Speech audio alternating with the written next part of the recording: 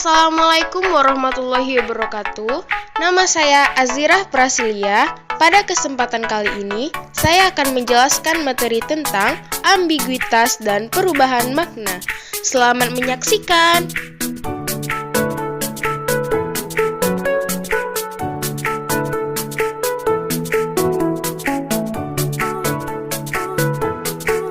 Apa itu ketaksaan atau ambiguitas?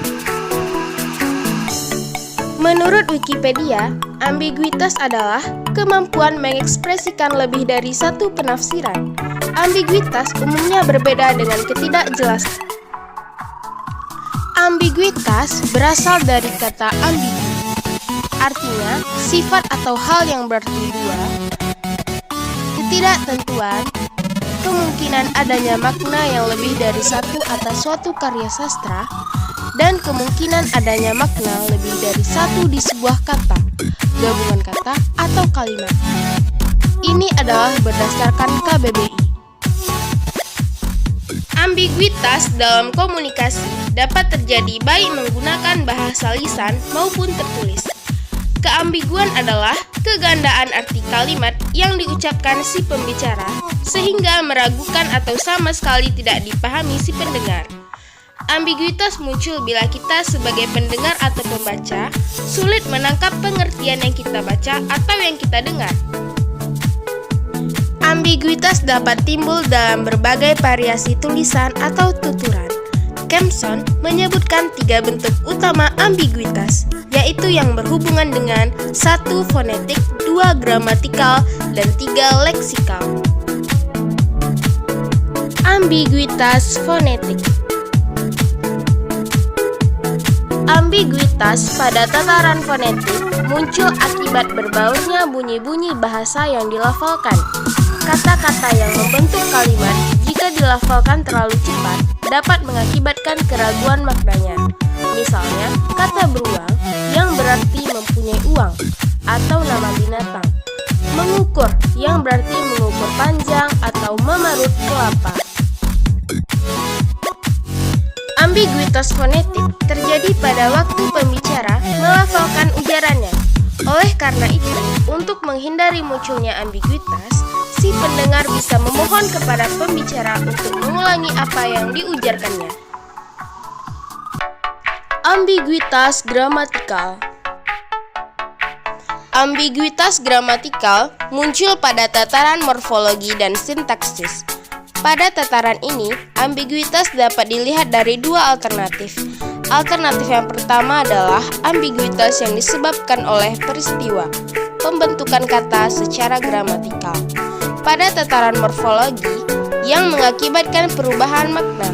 Misalnya, pada kata pemukul dapat bermakna ganda orang yang memukul atau alat untuk memukul. Demikian pula kata penidur bisa bermakna obat yang menyebabkan tidur atau sifat. Alternatif kedua adalah ambiguitas pada frase yang mirip. Setiap kata yang membentuk frase sebenarnya jelas, tetapi kombinasinya mengakibatkan maknanya dapat diartikan lebih dari satu pengertian. Dalam bahasa Indonesia, frase orang tua dan lampu hijau dapat bermakna ganda. Orang yang tua atau ibu bapak, sedangkan pada frase lampu hijau bisa diartikan diizinkan atau disetujui atau lampu yang berwarna hijau. Dengan demikian, kita sebagai pemakai bahasa haruslah berhati-hati dan cermat memakai dan memilih kata-kata supaya keambiguitasan tidak terdapat dalam kalimat yang kita ucapkan atau tuliskan.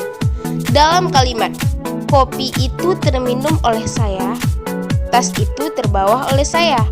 Pada kalimat 1 dan 2 dapat berarti dapat diminum dan dapat dibawa, atau mungkin berarti tak sengaja diminum atau tak sengaja dibawa.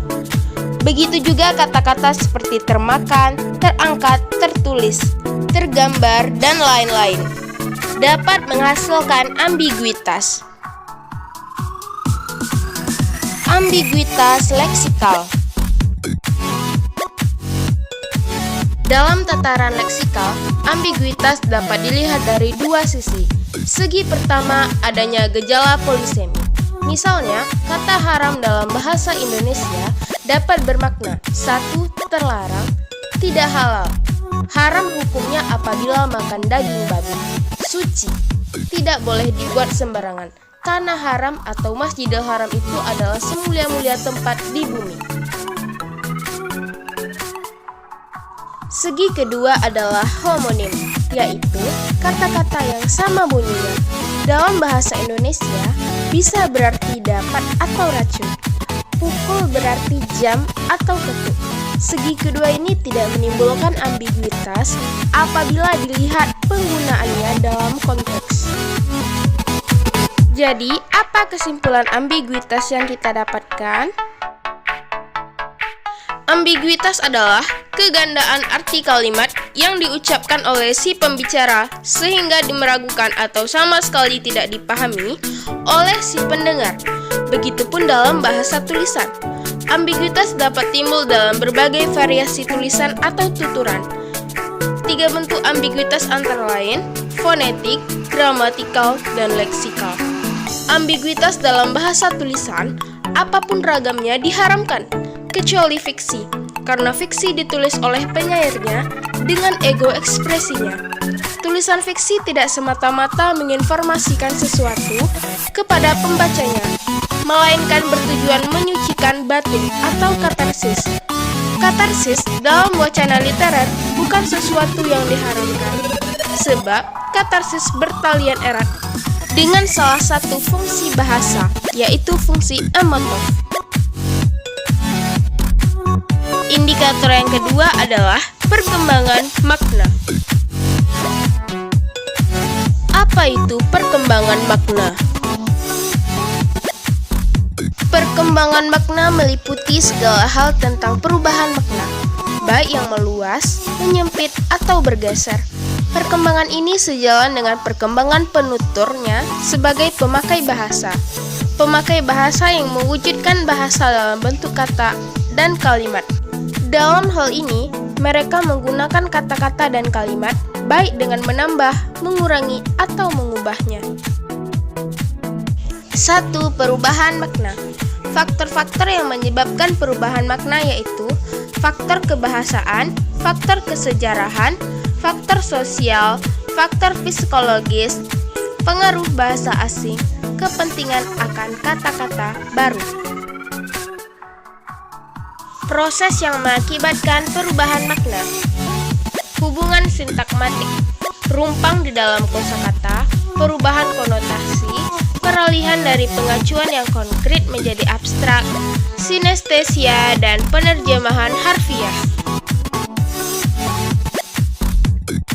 Selanjutnya adalah hubungan makna.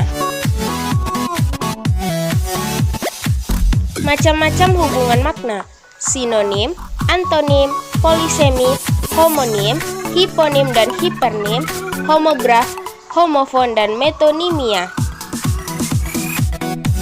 Yang terakhir adalah majas. Apa yang dimaksud dengan majas?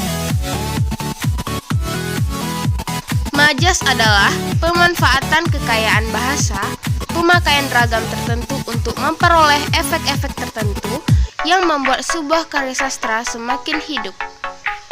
Keseluruhan ciri bahasa, sekelompok penulis sastra, dan cara khas dalam menyampaikan pikiran dan perasaan, baik secara lisan maupun tertulis. Jenis-jenis majas ada 4 macam: majas perbandingan, majas sindiran, majas penegasan, dan majas pertentangan. Baiklah, telah selesai materi ini. Sekian video dari saya. Semoga bermanfaat. Terima kasih. Assalamualaikum warahmatullahi wabarakatuh.